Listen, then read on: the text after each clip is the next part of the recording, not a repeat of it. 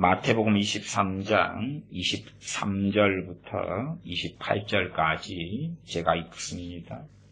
화 있을진저 외식하는 서기관들과 바리새인들이여, 너희가 박하와 회향과 근체의 11조를 드리되 율법에 더 중한 바 의와 인과 신은 버렸도다. 그러나 이것도 행하고 저것도 버리지 말아야 할지니라. 소경된 인도자여, 하루살이는 걸러내고 약대는 삼키는도다. 화 있을진저 외식하는 서기관들과 바리새인들이여, 잔과 대접의 겉은 깨끗이 하되 그 안에는 탐욕과 방탕으로 가득하게 되었도다. 소경된 바리새인아, 너는 먼저 안을 깨끗이 하라.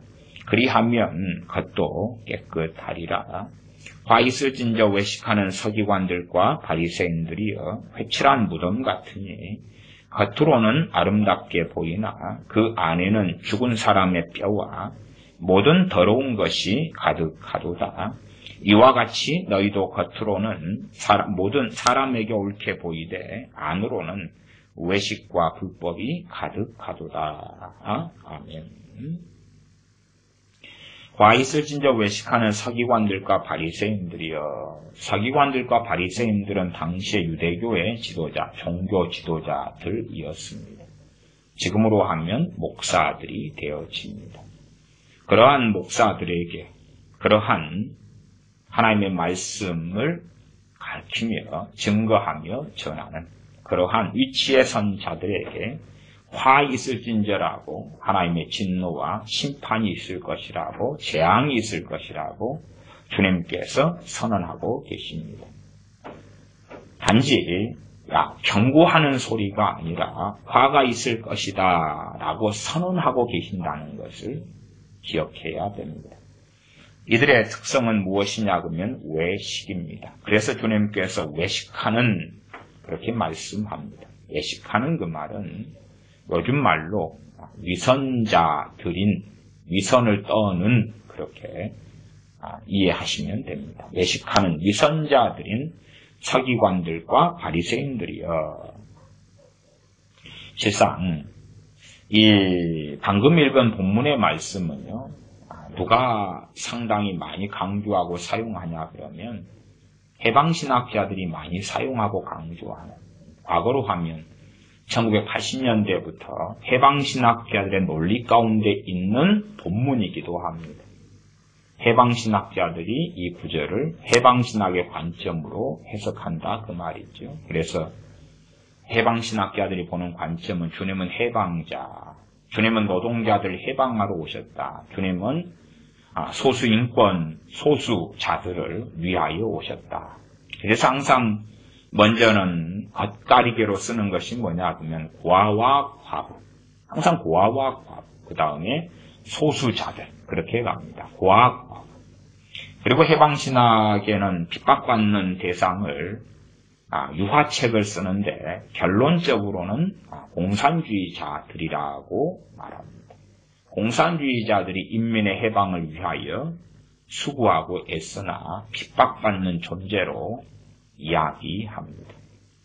신천지 같은 경우는 6개월 무료 성경 학원 같은 걸 통해서 한 6개월의 과정을 통해서 물타기를 하죠. 물타기.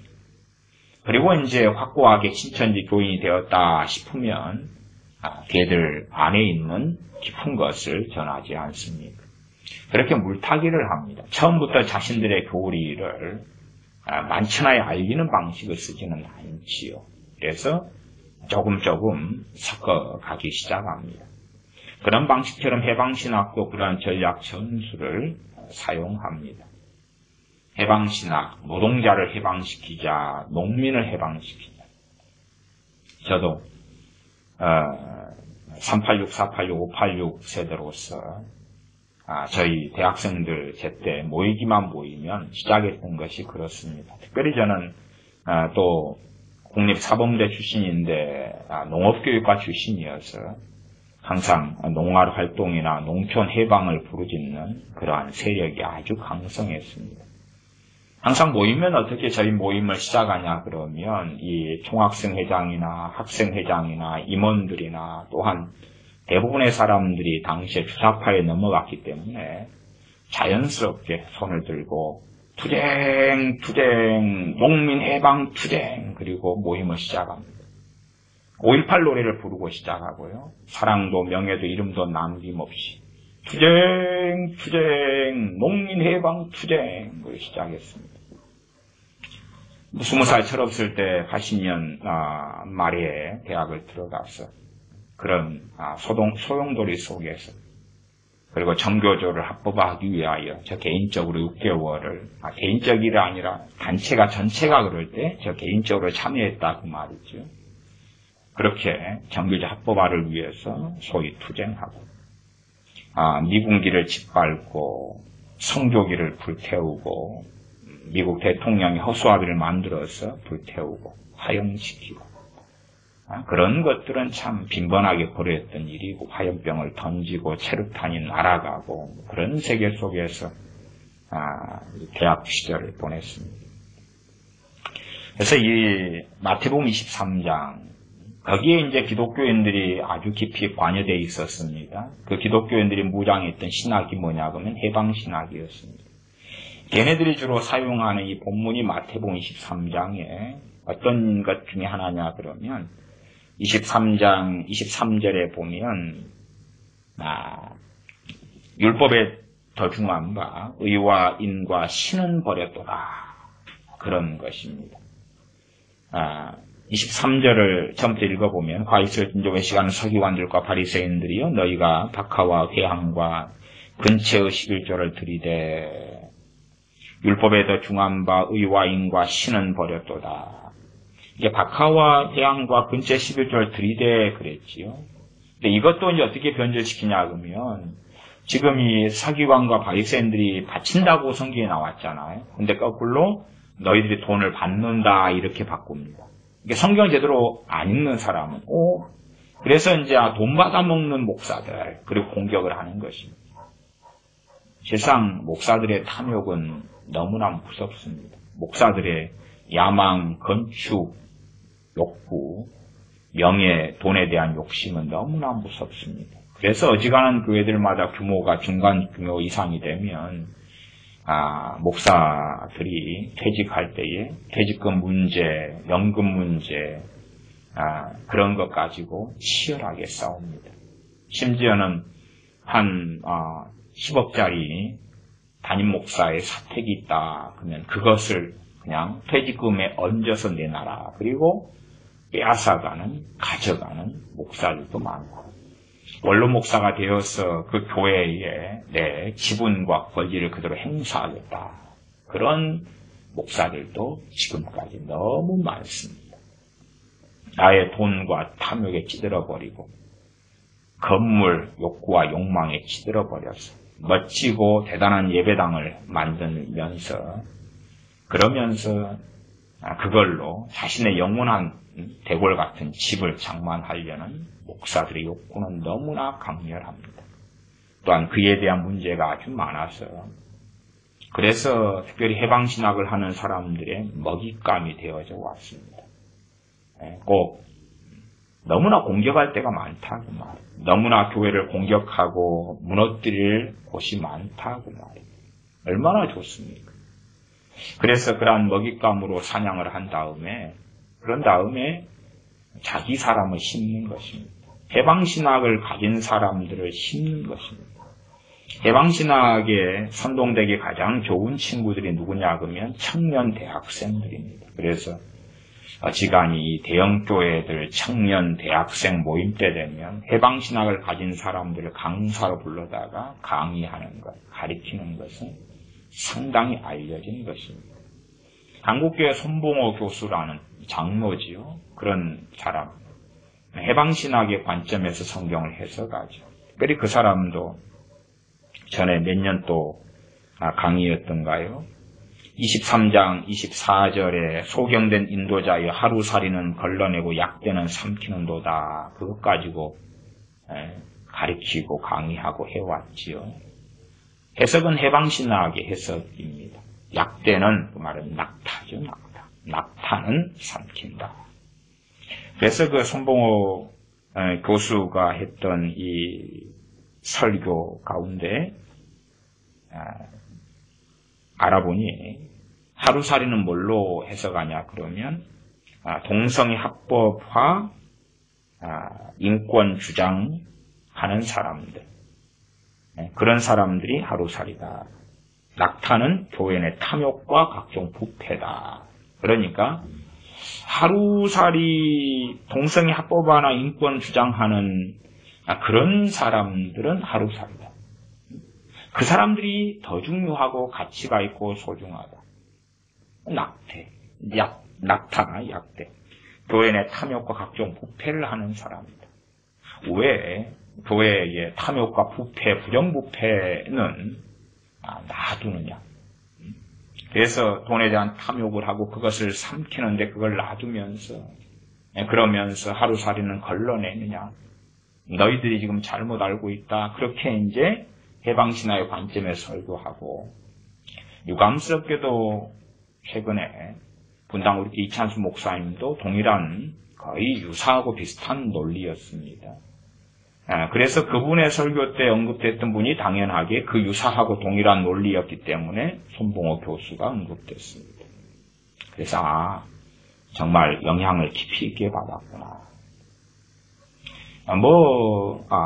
그런 설교도 듣는 사람들이 아주 많지 않습니까? 10몇만 이상 들었나요? 아주 많이 들었기 때문에 그 출처에 대하여 밝히지 않으면 어지간한 사람들은 알겠죠. 이거 손봉호 교수가 했던 강의고 설교고 가르침이잖아. 그 논리네. 그러나 이제 어리석은 사람들은 담임 목사를 너무 믿기 때문에 그래서 해방신학의 논리를 이 보통 소위 평신도들은 알 수 없거든요. 특별히 이제 한국교회는 전반적으로 보수적인 교회들입니다. 그렇기 때문에 해방신학은 아주 먼 나라 이야기가 되고 해방신학의 성경 해석은 아주 먼 나라 이야기가 됩니다. 공법을 하수처럼 공의를 강같이 흘릴지어다. 그러한 호세아의 말씀, 또 아모스에 관련한 말씀들, 그런 말씀들 같은 경우도 하나님의 공의와 공법을 말씀하는 그러한 성경들도 해방신학자들은 아주 강조합니다. 그들이 말하는 공의와 공법은 뭐냐 그러면 결국은 징검다리를 놓는데 토지 공유제, 공산주의로 회귀하고 돌아가는 거죠. 토지가 우리 노동자, 농민의 것이기 때문에 다 나눠 가지자. 또한 재산을 다 우리가 함께 고아와 과부와 소수 약자들에게, 노동자에게, 빈민에게, 농민들에게 나눠주자.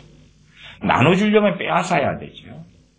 그래서 주님은 해방시키러 오셨다. 주님은 노동자 몫으로서 해방시키러 오셨다. 그래서 구원을 뭘로 바꿉니까? 해방으로 바꿉니다. 구원을 해방으로. 그래서 걔네들이 좋아하는, 항상 인용하는 성경 구절, 그렇게 해석하는 성경 구절들이 꽤 많습니다. 그 중에 하나가 이 마태복음 23장에 율법에 더 중한 바 23장 23절 의와 인과 신은 버렸도다. 거기에 이제 의가 나오죠. 의가 무엇입니까? 정의죠. 정의. 그래서 여기서도 정의도 해방신학을 하는 애들은 해방신학의 논리로 정의를 말합니다. 정의. 근데 그 정의의 개념을 자세히 파고 들어가 보면 사회주의, 공산주의 가치관입니다. 거기에서 말하는 정의입니다. 정의라는 게 뭡니까? 첫째, 이 공산주의는요, 항상 유물론의 관점이기 때문에 다시 말하면 돈의 관점입니다. 돈을 누가 더 많이 가졌느냐, 적게 가졌느냐, 부가 어떻게 이동하고, 부를 누가 독점하고 소유하느냐. 돈의 관점, 물질의 관점, 돈의 관점이기 때문에 항상 돈 문제를 시비 걸고 넘어갑니다. 그래서 해방신학에서 이러한 구절을 해석할 때는 의와 정의. 걔네들의 정의는 재산의 부의 공평한 나눔. 그래서 해방신학 영향을 받은 사람들은 나눔을 좋아합니다. 나눔. 부재, 이런 걸 좋아해요. 물론 구제나 나눔을 좋아하고 많이 한다 해서 해방신의 영향이라고 볼 수는 없습니다. 그럼에도 불구하고 해방신화에 가진 어떤 논리와 해석을 붙여가지고 그렇게 하는 경우가 많아요. 말하자면 한 걸음 나아가면 이 구제, 해방시키는 것, 가난한 사람들의 돈을 주는 것과 복음을 전파하는 것을 동일시하고 섞어버린다. 그 말이 섞어버려. 그들에게 있어서 죄인들이 죄를 깨닫고 회개하고 하나님께 돌아오는 것은 중요한 게 아니라 어떻게 하면 노동자들이 권리를 가지고 노동자들이 목소리를 높이고 노동자들이 주인이 되는 세상, 농민들이 세상의 주인이 되며 기득권층이 되는 세상. 그래서 최근에 이 분당 우리교회 교인 중에 하나가 주님은 기득권 세력을 없이하려고 오셨다. 이런 논리를 폈는데 그거 해방신학에서 온 겁니다. 해방신학 애들이 기득권 진즉부터 외쳐왔던 이야기입니다. 교회 안에서 기득권 이야기 꺼내면은 100%는 아닌데 90% 이상은 저 사람 해방신학에 영향을 받았거나 배웠거나 의심해야 되는 거지. 목사들은 신학책을 많이 보기 때문에 부지불식간의 해방신학책들도 볼 수가 있겠습니다. 주로 한국에서는 한국신학연구소 책들이 그렇습니다. 해방신학을 중심으로 전하고 가르치는 책들입니다. 제목 같은 것은 일하시는 하나님 그런 거 있어요. 해방시키시는 해방자 예수 그리스도, 해방자 예수 이런 책들.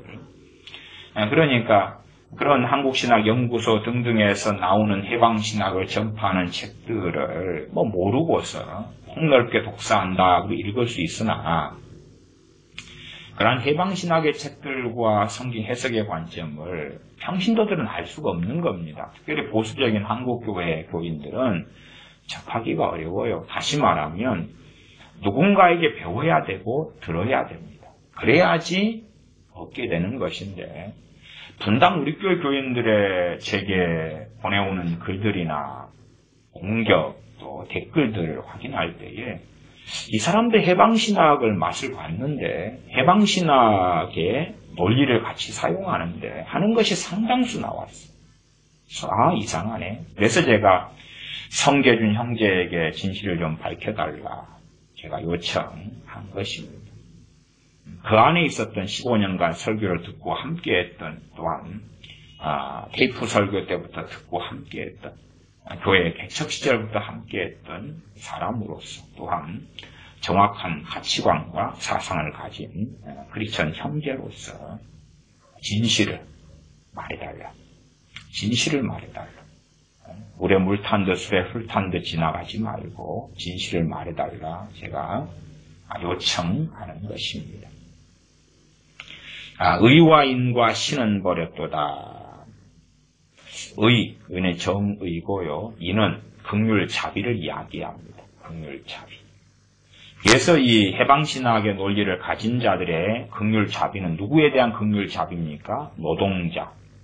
그냥 노동자면 회개가 필요 없는 의인으로 만드는 것입니다. 농민은 의인과 정의로 만드는 것입니다. 저도 대학생활 때 항상 투쟁, 농민 해방 투쟁, 그리고 사랑과 명예와 이름도 남김없이, 그리고 노래 부르고 모임과 과모임이나 집회를 시작했던 것처럼 그들에게는 노동자나 농민이 절대 진리고 노동자나 농민은 무조건적으로 천국 가는 대상이 되는 거지. 마치 성경을 잘못 보는 사람은 창기와 세리는 다 천국 간다. 그렇게 볼 수도 있지 않습니까? 바리새인 서기관들은 다 지옥 간다. 그 이분론 아니지요. 심지어는 왜 흑백 논리, 좌우 논리, 이분론을 쓰냐 이런 거꾸로 된 주장들도 제기하면서 공격하는 목사님들도 있었습니다. 정말 몰라도 한참 모르네요. 당신들의 교인들이 불쌍합니다. 대한민국의 이념의 전쟁은 끝난 게 아니라 지금은 더 심각한 상황으로 가고 있는 중입니다. 저는 남미의 선교사로 있습니다. 남미 지역의 이념 전쟁은 훨씬 더 가속화되고 무섭습니다. 베네수엘라, 옆 동네 아르헨티나, 브라질. 최근에도 브라질도 갔다 왔고 아르헨티나도 갔다 왔습니다. 그런 아르헨티나의 사태와 문제, 이념의 문제, 복지에 쏟아붓는 포퓰리즘의 문제로 인하여서 얼마나 심각한 일을 당합니까? 남미의 국가 가운데 확고한 자유민주주의의 가치 기치를 두는 나라는 크게 두 개밖에 없습니다.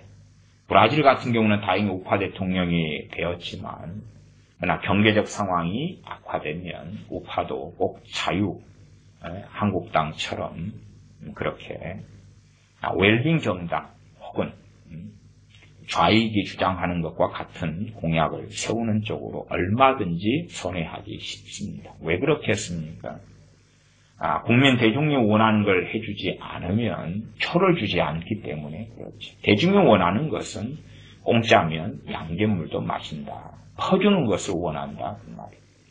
그렇게 이제 변해버린 국가나 사회 같으면 자유주의는 사라져가고 국가의 절대 권력에 의하여서 나눠주고 베풀어주는, 쏟아붓는 그러한 잘못된 정책으로 국가나 나라가 흘러간다. 그 말입니다.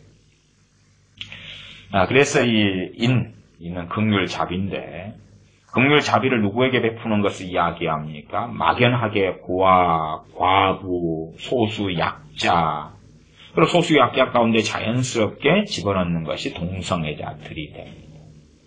그러나 이 긍휼과 자비는 베풀 자에게 베푸는 것입니다. 하나님께서 가난하다 해서 다 천국 보내시는 것이 아니고, 가난하다 해서 하나님의 긍휼과 자비가 다 있는 게 아닙니다. 최소한은 첫째는 가해자가 아니라 피해자에 대한 긍휼과 자비를 외치는 것이 맞습니다. 노동자라 해서 다 피해자가 되는 것이 아닙니다. 한국의 민노총처럼 노동자의 껍질을 쓰고 있으나 가해자가 되어서 행하지 않습니까? 이번에도 현대중공업 그 회사의 기물들을 파손하고 폭행하고 그런 일이 또한 어제도 뉴스가 나온 것 같습니다. 그런 것처럼 끊임없이 노동자의 껍질을 뒤집어 쓰지만은 기득권 세력보다 더 악한, 그러면서 이제 해방신학자들이 의하여 보호받습니다. 왜? 저들은 긍휼의 대상이다 하는 것입니다. 긍휼의 대상은 바보 멍청이 아니고 세상 사람도 알겠습니다. 교통사고가 났는데 피해자, 음주운전을 했는데 피해자, 그렇지요? 가해자가 아닙니다. 가해자가 아닙니다. 피해자가 먼저고, 그 다음에 피해자 인권이 먼저고, 그 다음에 이제 가해자를 다른 법의 테두리 속에서 살펴볼 수 있는 것입니다. 우선순위는 항상 구별되어져야 합니다.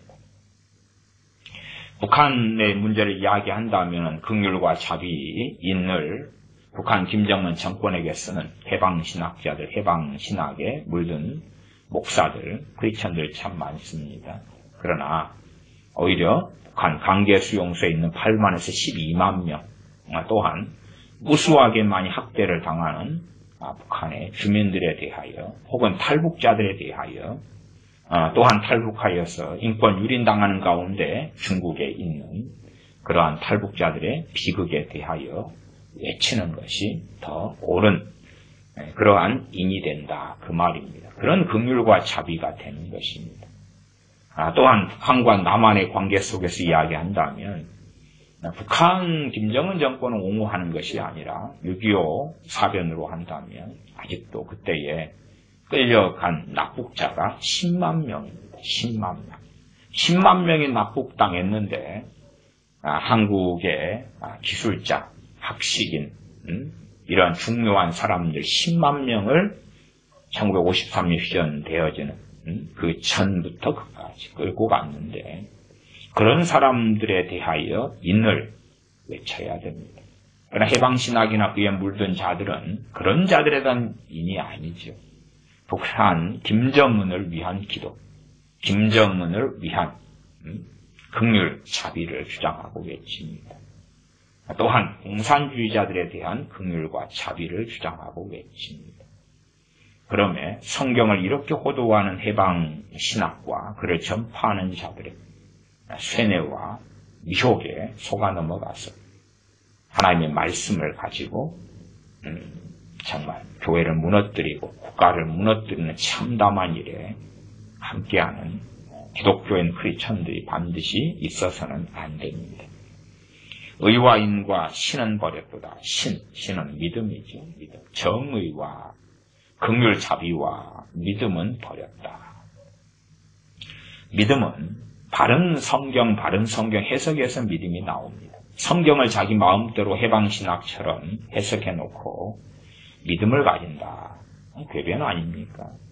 어떻게 성경을 자기 멋대로 해석하는 가운데 믿음이 어떻게 나옵니까?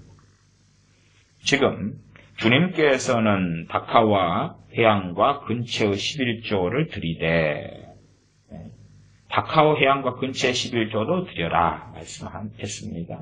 11조에 대해서 반대로 온 자들은 이 말씀만 읽어도 말이 되는 게 아니라는 걸 알 수가 있습니다. 그래서 이 해방신학의 논리에 따른 사람들은 11조를 없애라. 성경을 이상하게 주장하는 것입니다. 11조를 없애라. 중요하지 않다. 11조라는 것이 교회 안에 있어서 많은 사람이 신앙생활을 시작하지 않았다. 이런 주장도 합니다. 물론 11조에 대해서는 참 쉽지 않은 이야기가 될 것입니다. 그리고 이제 감리된 초신자들에게까지 무거운 짐을 지을 필요는 없다 싶습니다. 그러나 이제 11조라는 것은 내가 재물이냐 하나님이냐 하는 정말 헌신적인 신앙으로 가는 분기점에 있는 것이 된다고 말씀드리겠습니다. 불합리하게 보일 때가 많지요. 그러나 그러하지 않습니다. 물론 11조를 교회가 바르게 쓰냐 하는 것은 또한 말할 수 없이 중요한 문제가 되겠습니다.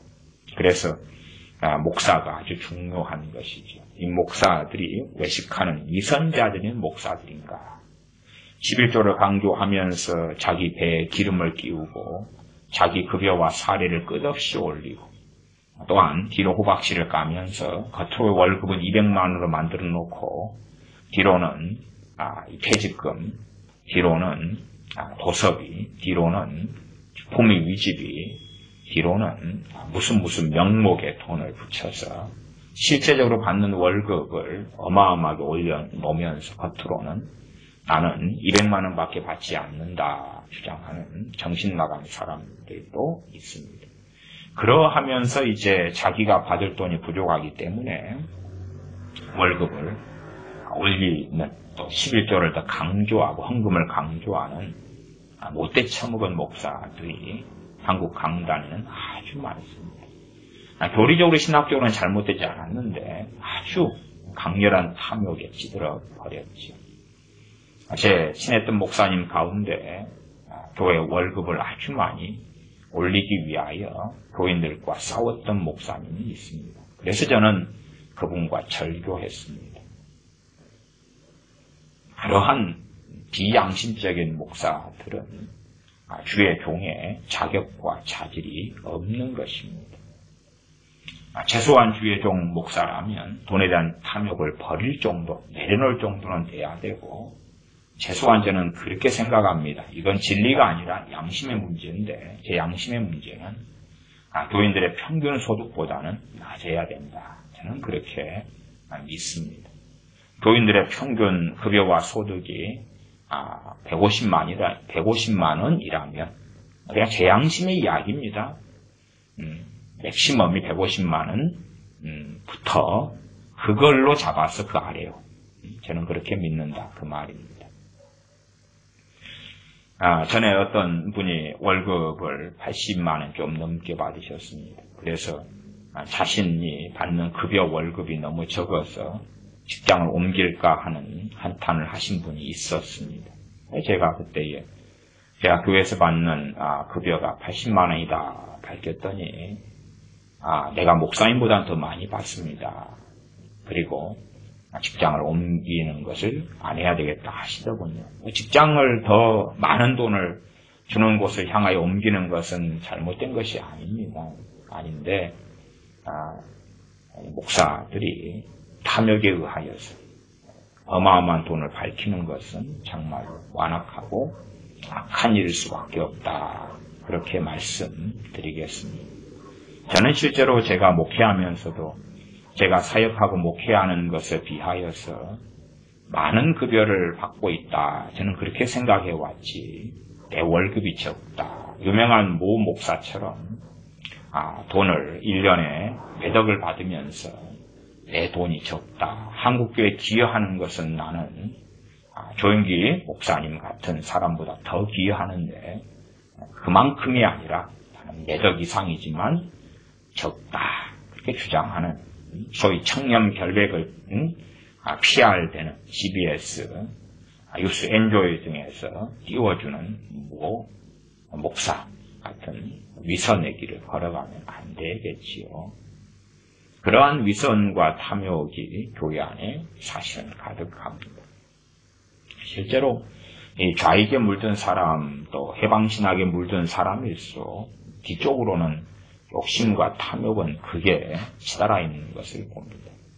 물론 저는 자유민주주의를 진리로 보지 않기 때문에 우파 목사들이다. 그러나 뒤쪽으로 탐욕과 욕심에 찌들어 있는 많은 사람이 있습니다. 그래서 저는 자유민주주의 우파가 진리라고 보지 않는다 했습니다.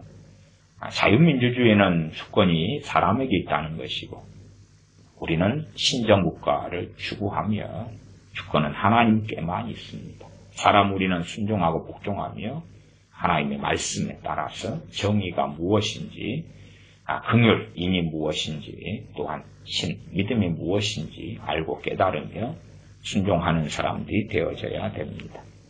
주님께서 하신 23장 23절 하반절에는 그러나 이것도 행하고 저것도 버리지 말아야 할 것이니라. 그 앞에는 율법에 더 중요한 것이 11조보다 더 중요한 것이 의와 인과 신이다. 그러나 이 두 개를 주님은 충돌시키지 않았습니다. 둘 다 하라 그랬습니다. 둘 다 하라. 그래서 이 해방신학교 논리는 뭡니까? 야, 왜 동성애를 반대하냐? 너희들은 탐욕이 그렇게 많잖아. 그래서 동성애는 죄다, 탐욕도 죄다는 걸 충돌시킵니다. 주님은 충돌 안 시킵니다. 둘 다. 11조도 내고 그러나 율법에 더 중요한 것은 의와 인과 신이다. 그 말입니다. 의와 인과 신이다. 그러면 이것도 행하고 저것도 버리지 말아야 한다고 말씀하고 있는 것입니다.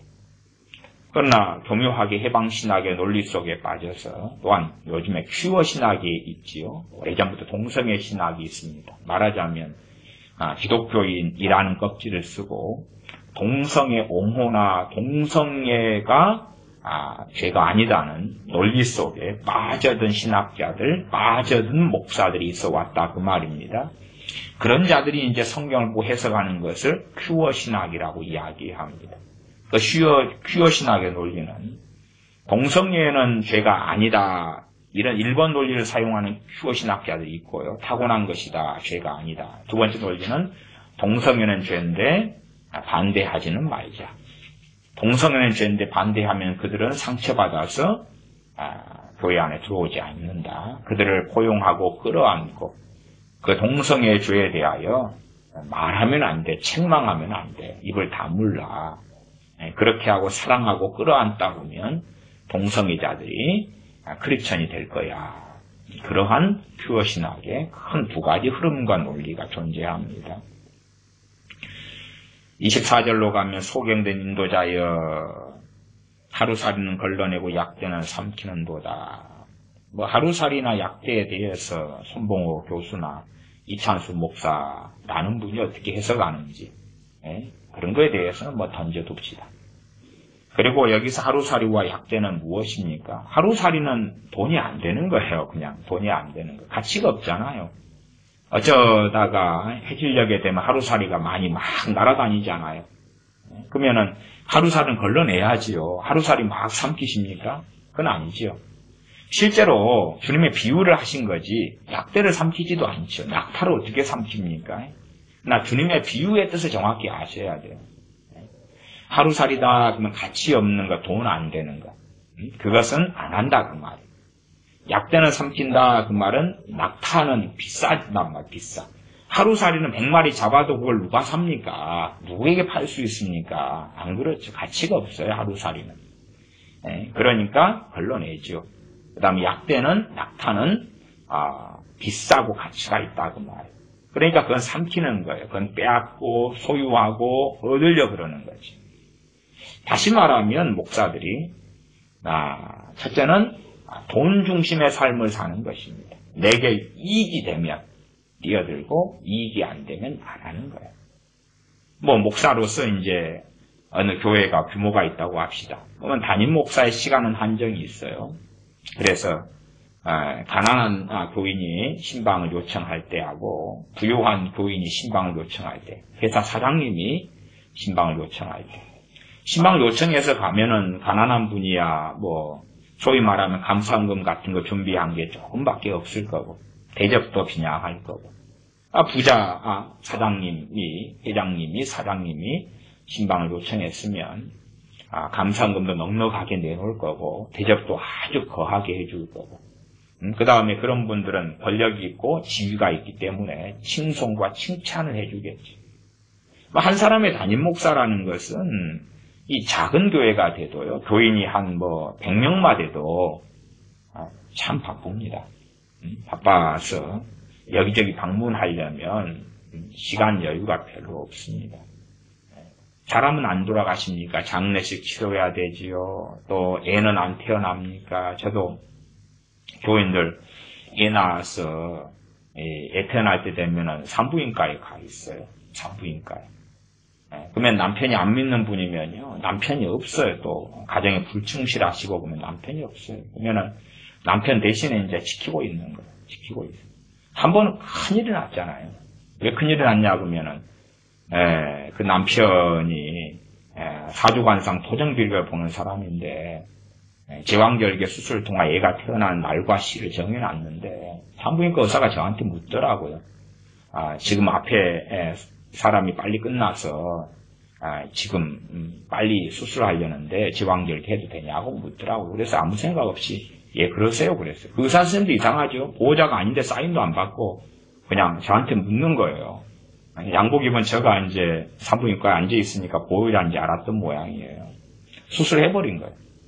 그러니까 이제 애가 태어났고 남편 되는 분이 뒤늦게 왔는데 저한테 욕을 하고 달라드는 거예요. 당신 때문에 지금 공무원이 돼버렸다고. 내 아들이 지금 장관 될 아들이 공무원이 돼버렸다고.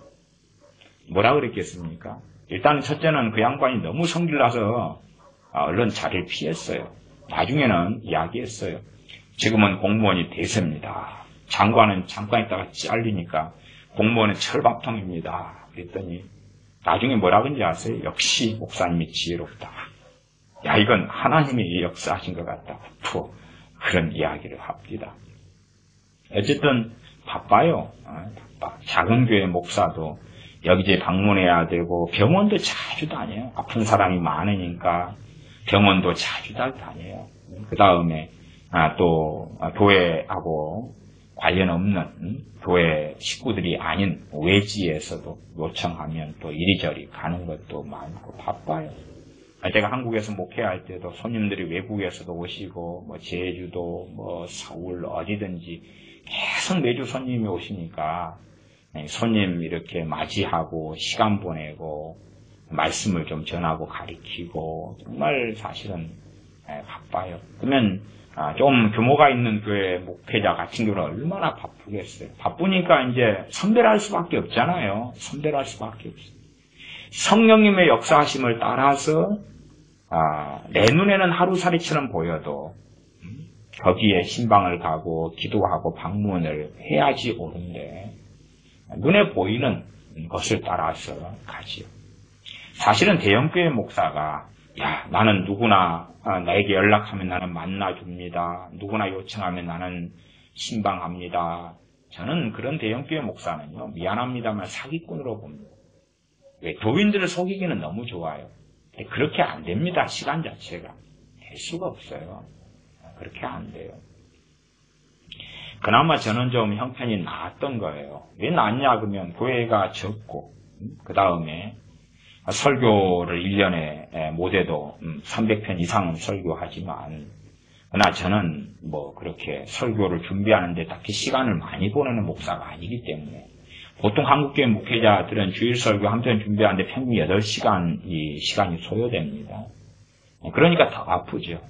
저는 그렇게 시간을 소요하거나 길게 보내는 사람이 아니기 때문에 그래도 바쁠 때는 바쁘다 그 말이에요.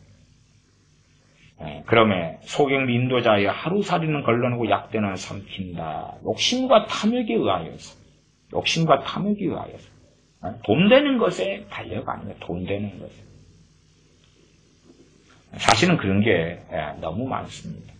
저는 한국교회에서 좀 목사들은 외래 강사비는 좀 받지 말아라. 저는 그렇게 외치는 사람입니다. 외래 강사비는 받지 말아라. 외래 사례비는 받지 말아라. 왜 그걸 받아먹냐? 외래 강사비와 사례비로 생계를 유지하는 분들은 받으시라고 말이지.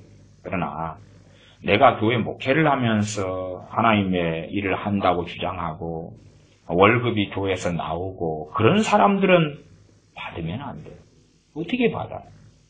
소위 말하면 그렇잖아요. 월급이라는 것은 한 달 그 교회 안에 일하는 것에 대한 급여예요.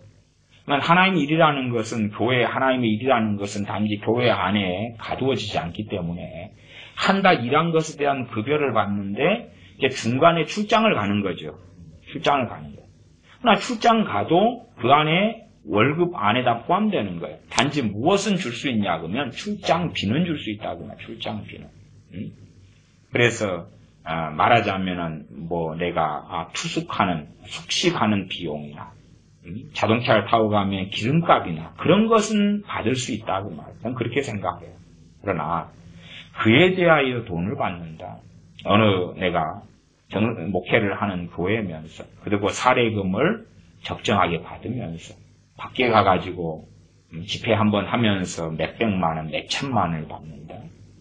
그건 그런 일로 타락해간 거예요. 그래서 목회자들은 내가 유명한 강사가 되고 부흥사가 돼가지고 하면 얼마나 돈을 많이 벌까. 그걸 왜 그렇게 하냐. 그렇게 하려면은 교회 안에서 헌금을 많이 내야 될 거 아니에요. 그 사례금을 챙겨주려면. 그러면 또 참 고민되는 것이 가난하고 돈 없는 사람들이 어떻게 그렇게 믿음이 좋은지 몰라. 부자들은 좀 내도 남는 게 많으니까 상관없는데 없는 사람들이 열심히 내가지고 그래가지고 자기의 어떤 노후를 준비해야 돼요. 믿는 사람들은 다 준비해야 됩니다. 적금도 좀 들고 모아야 돼요.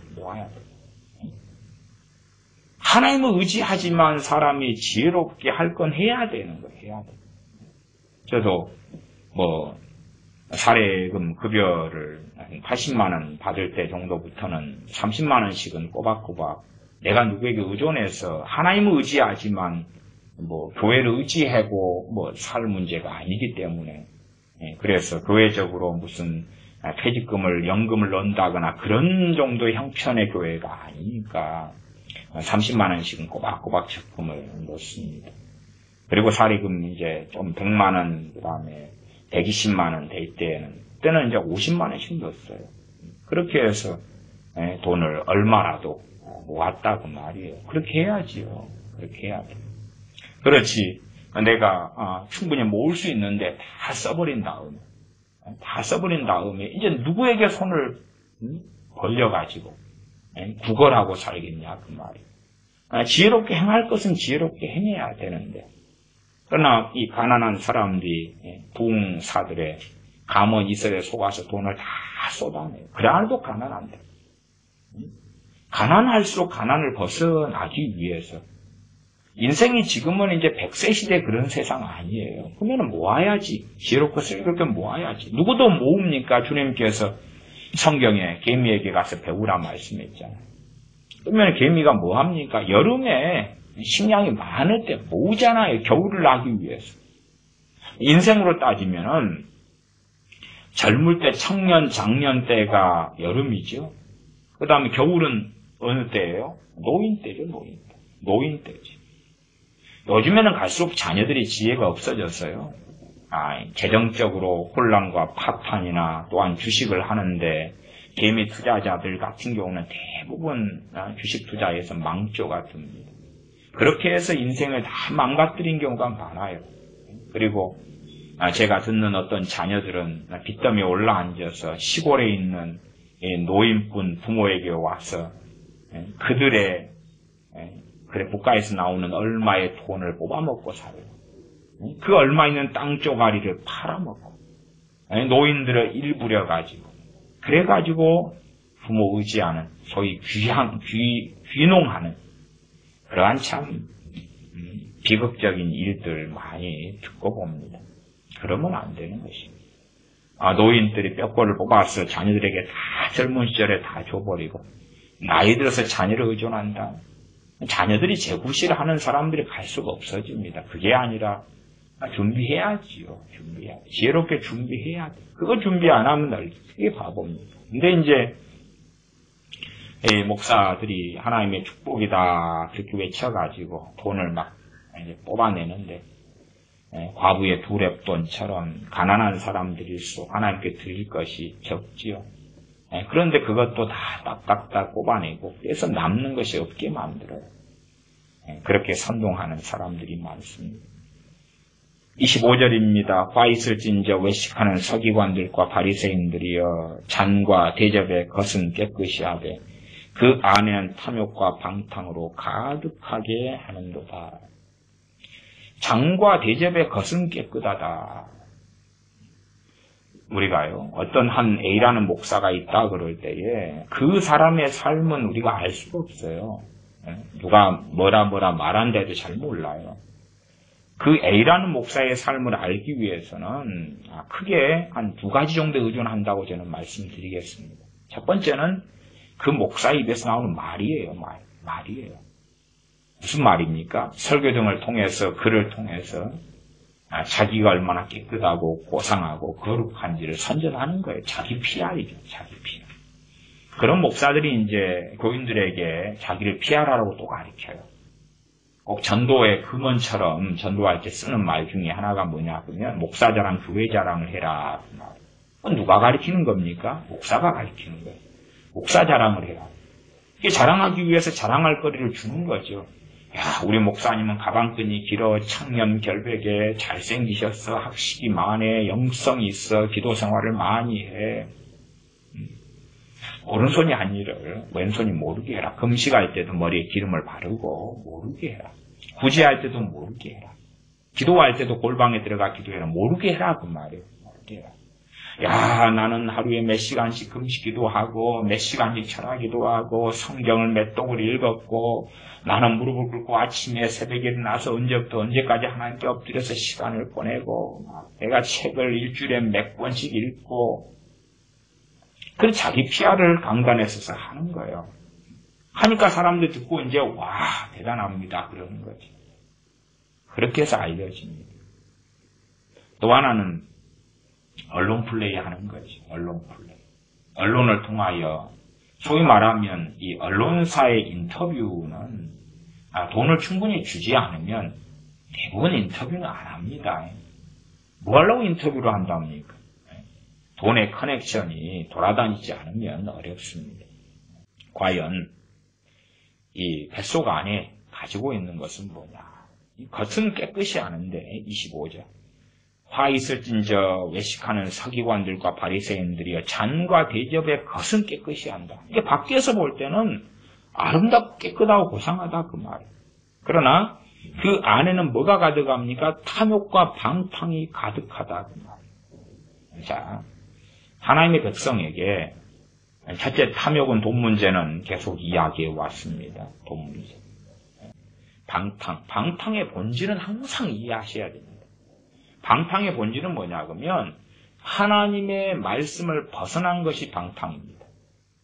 우리는 항상 이제 방탕 그러면 세상적 의미로 생각하잖아요. 먼저 세상의 개념의 방탕. 허랑방탕했다. 주님께서 또한 돌아온 탕자 비유를 드셨던 것처럼 그렇게 아버지로 유산을 미리 받아가지고 창기들과 먹고 마시고 방탕 보편적 비유와 예화를 드신 거고 본래 방탕이란 건 뭐냐 그러면 진리를 벗어난 삶을 방탕이라고 해요. 진리를 벗어난 거. 하나님 앞에 섰을 때에 심판받는 것들이 방탕이죠. 진리를 벗어난 것입니다. 그래서 방탕의 의미도 딱 기본적인 이해는 잘 하시면 좋겠습니다. 말하자면 아주 악한 김일성, 김정일, 김정은 집단, 악인 공산주의를 옹호하는 해방신학을 가졌다. 그러면 그게 뭐죠? 방탕입니다. 방탕. 그 해방신학을 가진 자들에게 자금을 지원하고 돈을 준다. 그게 방탕입니다. 그것이 인이 아니에요. 긍휼과 자비가 아닙니다. 그건 방탕이에요. 방탕. 방탕이에요. 그러니까 방탕을 행하면서 긍휼과 자비라고 주장하면 양심에 화인 맞은 것입니다. 사람들은 특별히 이러한 퓨어 신학자들이나 해방 신학을 가진 사람들은 자신을 정의의 편에 집어넣고 하나님 말씀대로 사는 사람들이라고 소수를 위하여 수고하고 눈물 흘리며 애통하는 사람들이라 포장하기를 좋아합니다. 그러나 말씀을 진리를 벗어나 행하는 것은 방탕입니다. 그게 방탕이죠. 단지 그냥 노래방 가서 술 먹고 흥청망청하고 단란주점에 가서 어울려서 흥청망청하고 마약하고 약물 중독에 빠지고 그런 것만이 방탕이 아니다. 그것도 방탕은 맞아요. 그것도. 그러나 더 본질적인 방탕은 하나님 말씀을 벗어나고 심지어는 성경을 자기 마음대로 해석하고 왜곡해서 진리라고 전파하는 것. 가장 무서운 방탕에 속하며 가장 끔찍한 방탕에 속합니다. 당시에 바리새인 서기관들 같은 경우는 지금처럼 유흥문화가 발달해 있지 않기 때문에 겉으로 볼 때 때마다 일주일에 2번 금식하고 기도하고 또한 하나님의 말씀을 읽고 상고하고 박하와 치양과 근체 11조가에 바칠 정도인데 방탕이 어디 있겠느냐 생각할까. 그러나 그들의 설교와 가르침 자체가 이미 방탕이에요. 방탕. 하나님의 말씀을 벗어나서 전하고 가르치는 것입니다. 그런 것은 방탕입니다. 그리고 구체적으로 이제 우리의 삶 가운데 있는 방탕들이 있습니다. 탐욕과 방탕으로 가득하게 하는도다. 26절 소경된 바리새인아 너는 먼저 안을 깨끗이 하라. 그리하면 겉도 깨끗하리라. 안, 탐욕과 방탕으로 가득한데 그것을 숨기고 감추는 것입니다. 얼마나 많은 목사들이 이 WCC 세력과 종교 통합 세력과 또한 참 로마 가톨릭의 세력과 손을 잡고 함께 가는지 모릅니다. 유명한 어떤 목사는 심심하면 수녀 같은 사람들을 강단에 세우고 또한 신부, 수녀, 또 과거에 죽은 추기경 같은 사람들 또한 교황의 이야기를 강단에서 전합니다. 정말로 악한 것이죠. 악한 것. 그러면서 그런 사람들은 다른 측면에서의 자기는 깨끗하고 다른 데는 더럽고 악하다고 말을 바꿉니다. 그러나 안이 깨끗게 되지 않은 것이죠. 하나님의 말씀이 바르게 해석되고 가르쳐지고 하나님의 말씀을 바르게 믿고 따라가는 것이 안이 깨끗게 되는 것입니다. 단지 외형적인 윤리적인 문제만을 다루는 것은 그것은 더 중요한 일이 아닙니다. 외형적이고 표면적인 것도 다루어야 합니다만 그러나 정말 중요한 것은 하나님의 말씀으로 뼈대를 세우고 기둥을 세우고 지붕을 얹고 벽체를 세우는 것이 가장 중요한 것이 됩니다. 27절 화 있을진저 외식하는 서기관들과 바리새인들이여 회칠한 무덤 같으니 겉으로는 아름답게 보이나 그 안에는 죽은 사람의 뼈와 모든 더러운 것이 가득하도다. 겉으로는 아름답게 보이는 기도 생활, 신사적인 말, 목소리, 온유한 말, 신사적인 말. 그러나 사실은 그런 것도 어느 때가 되면 드러나게 되는 것입니다. 저는 목회를 하면서 어느 해에 무덤을 좀 많이 팔 때는 몇 개씩 하고 그랬습니다. 왜냐하면 이장하는 교인들이 있어서 이장을 하면 꼭 묘를 옮기는데 우상숭배와 샤머니즘에 들어갑니다. 이장하면 벌벌벌 떠는 이상한 이 교인들, 특별히 이제 초신자였던 사람들이 있어서 제가 직접 삽을 들고 무덤을 파서 해줬습니다. 제가 목사가 삽을 들어서 무덤을 파고 뼈를 골라내고 그리고 상자에 담아서 제가 해주면서 제가 하는 말이 그렇습니다. 이거 기독교식이라. 기독교식의 이장이 뭐가 있겠습니까? 그런데 원체 샤머니즘에 많이 들어가니까. 그러면 무덤은 어떻습니까? 잔디가 잘 돼가 예쁘고 깨끗하다 그 말이에요. 그 무덤 주변에 꽃나무도 심고 무슨 향나무도 심고 이쁘다 그 말이에요. 근데 파니까 뼈가 나와요. 근데 뼈도 이제 이 무덤마다 습기가 차는 무덤이 있고요. 그 다음에 지하 물줄기 쪽에 연관된 무덤이 있고요. 그 다음에 습기가 많은 지역에 나무 근처에 무덤이 있고 그래요. 한 해에 이제 무덤을 많이 파니까 파보면 알아요. 좀 소위 말하면 샤머님처럼 명당짜리. 근데 명당짜리 그건 다 잘못된 것이고 그냥 무덤에 있어서 뼈가 깨끗하게 이렇게 되는 것. 주로 그걸 탈장이라 그러는데 사람을 묻으면은 한 20년 되면 이제 그 살이나 이런 것이 다 없어지고 뼈만 남는 것이 주로 기간 20년 그럽니다. 좀 더 건조하고 좀 좋은 지역 같으면 좀 더 빨리 되고요. 그래서 이장할 때 20년 정도 된 다음에 주로 합니다. 그러면은 깨끗하고 또 그 습기가 없고 양지 바른 곳이고 그럼 뼈가 하얗거나 또 심지어는 황금빛처럼 깨끗하게 뼈가 딱 나옵니다. 근데 이제 좀 음지고 습기가 있고 그러면은 뼈들에 나무 뿌리가 막 들어가 있고 시커멓고 막 그렇게 됩니다. 그리고 탈장도 잘 안 이루어져서 질척질척하고 이제 그런 무덤도 다 제가 봤습니다. 그리고 뼈를 잘 맞춰야 되니까 뼈가 숫자를 잘 맞춰야 돼. 괜히 하나 빠뜨려 놓으면 그렇잖아요. 그래서 이런저런 두개골은 빼먹을 일이 없습니다만은 이렇게 작은 것들은 사라지지만은 뼈들 굵은 것들, 팔, 다리부터 이런 것들은 잘 골라가지고 그대로 해서 이제 주로 화장을 먼저 가서 한번 해야 됩니다. 화장해서 납골당에 넣거나 아니면은 이장을 하거나. 저는 사실은 납골당까지는 제가 좀 인정하는데 다시 무덤 만들어서 넣는 쪽은 저는 좀 반대하는 주의입니다. 그러나 율법적으로 정죄하겠다는 것이 아니라 자유다. 무덤을 파보면 그것은 아름답지만 나는 그렇지 않아요. 우리가 크리스천들이 돌아가실 때 되면 빨간 성도 누구누구 집사 누구누구 장로 권사 목사 누구누구 그러잖아요. 그런 것은 이제 20년 지나도 안 썩어요. 안 썩어. 옷 같은 경우도 막 지저분하게 남아있으면 이 좀 지저분한 것은 옷하고 뼈하고 막 이렇게 얽혀있어요. 옷도 다 썩지 않으니까 이건 참 곤란할 때 참 지저분하다. 노를 잘못 썼다 그런 거죠. 이건 샤머니즘 상에서 이야기하는 게 아니고요. 그냥 무덤 파는 저 같은 사람 입장에서 이야기하는 거예요. 저는 이제 선친 무덤 같은 경우도 자꾸만 사촌 형제간들이 와서 우상숭배를 하기 때문에 파버렸어요. 파가지고 납골당에 넣어버렸어요. 화장해가지고 제가 직접 봤어요. 선친 묘 같은 경우도. 우상숭배하는 꼴 보기 싫잖아요. 작은 아버지 그리고 와서 어디 술 뿌리면서 그 짓을 어떻게 봅니까?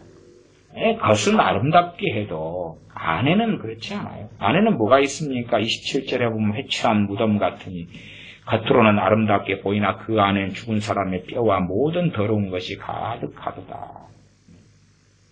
과거에는 멋진 성도 누구누구 휘장이 썩어가지고 지저분하고 얽히고 그 오동나무, 무슨 향나무, 소나무 관을 멋지게 했는데 썩어 문드러져가지고, 그렇죠? 그런 것이 가득한 것이에요. 그런 것처럼 회칠한 무덤, 외식하는 서기관 바리새인, 외식하는 목사, 겉으로는 사랑이 있고 인자하고 정말 말씀대로 산다고 외식하지만 기준은 뭐냐 그러면 첫째는 우리가 분별할 수 있는 것은요 말씀이에요. 그 사람의 삶을 우리가 스토커가 돼가 쫓아가지 않는 한은 알 수가 없어요. 알 수가 없어요. 그러니까 첫째는 말씀, 기준 말씀이에요. 말씀.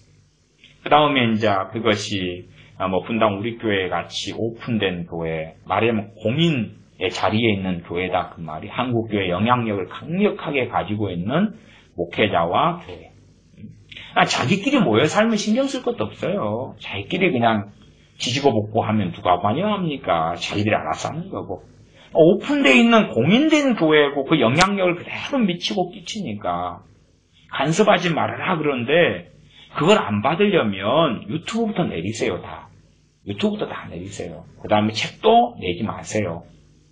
그 다음에 한국교회에 대하여 어쩌고저쩌고 어느 모임이나 세미나나 뭐나 그런 걸 말하지 마세요. 그럼 관여할 이유가 없잖아요. 공적인 공인이 아니니까. 공인이라 그 말이에요, 당신은. 근데 관여하지 말라는 정신 나간 목사들이라니. 그런 사람들이 너무 많다는 것에 한국교회에 상당한 회의감을 느낄 수밖에 없습니다. 그러면 이 공인된 어떤 목사가 어느 모임에 참여하느냐, 어느 설교를 하느냐, 그가 우리가 회계장부를 보지 않는 한은 월급을 얼마 받고 어떻게 하고 그 다음에 월급을 500만 원 받든 1000만 원 받든 우리가 관여할 건 없잖아요. 그것은. 그건 그 교회가 알아서 하는데 그건 저는 죄의 문제라고 보지 않거든요. 그건 내가 월급을 나는 얼마 받았는데 당신은 왜 이렇게 많이 받냐? 그것은 관여할 문제가 아니, 진리의 문제가 아니다 그 말이에요. 그렇죠? 또 저는 예배당 건축을 하는 것도 진리의 문제가 아니기 때문에 그것 가지고도 뭐라 안 합니다. 해칠한 무덤 같은 27절 겉으로는 아름답게 보이나 그 안에는 죽은 사람의 뼈와 모든 더러운 것이 가득하도다. 28절 이와 같이 너희도 겉으로는 사람에게 옳게 보이되 안으로는 외식과 불법이 가득하도다. 그렇게 당시에 주의 종의 자리에 있던 지금으로 하면 목사들을 주님께서 책망하신 것 이상입니다. 아셔야 돼요. 책망이다 그렇게 해버리면 안 됩니다. 화 있을진저 진노가 있을 것이다. 재앙이 있을 것이다. 하나님의 진노가 있을 것이다 하고 선고하신 것입니다. 그냥 그렇게 살지 마. 윤리를 제시하신 게 아닙니다. 그렇게 살면 뗐지 안 돼 큰일 날 거야 하신 게 아니라 주님께서는 화가 재앙이 있을 것이라고 말씀하신 것입니다. 해방신학자 애들이 성경을 가지고 장난치는 것 넘어가면 안 됩니다. 어떻게 이렇게 넘어가서 그쪽 교회 젊은 친구들이 지금 세상에 공산주의가 어디 있어요? 거기 교회 형제 중에 우파 유튜버로 유명한 친구 성재준 형제가 있기 때문에 그 친구에게 들어보십시오. 얼마나 지금 시대 공산주의자, 사회주의자가 많은지 들어보세요. 들어봐.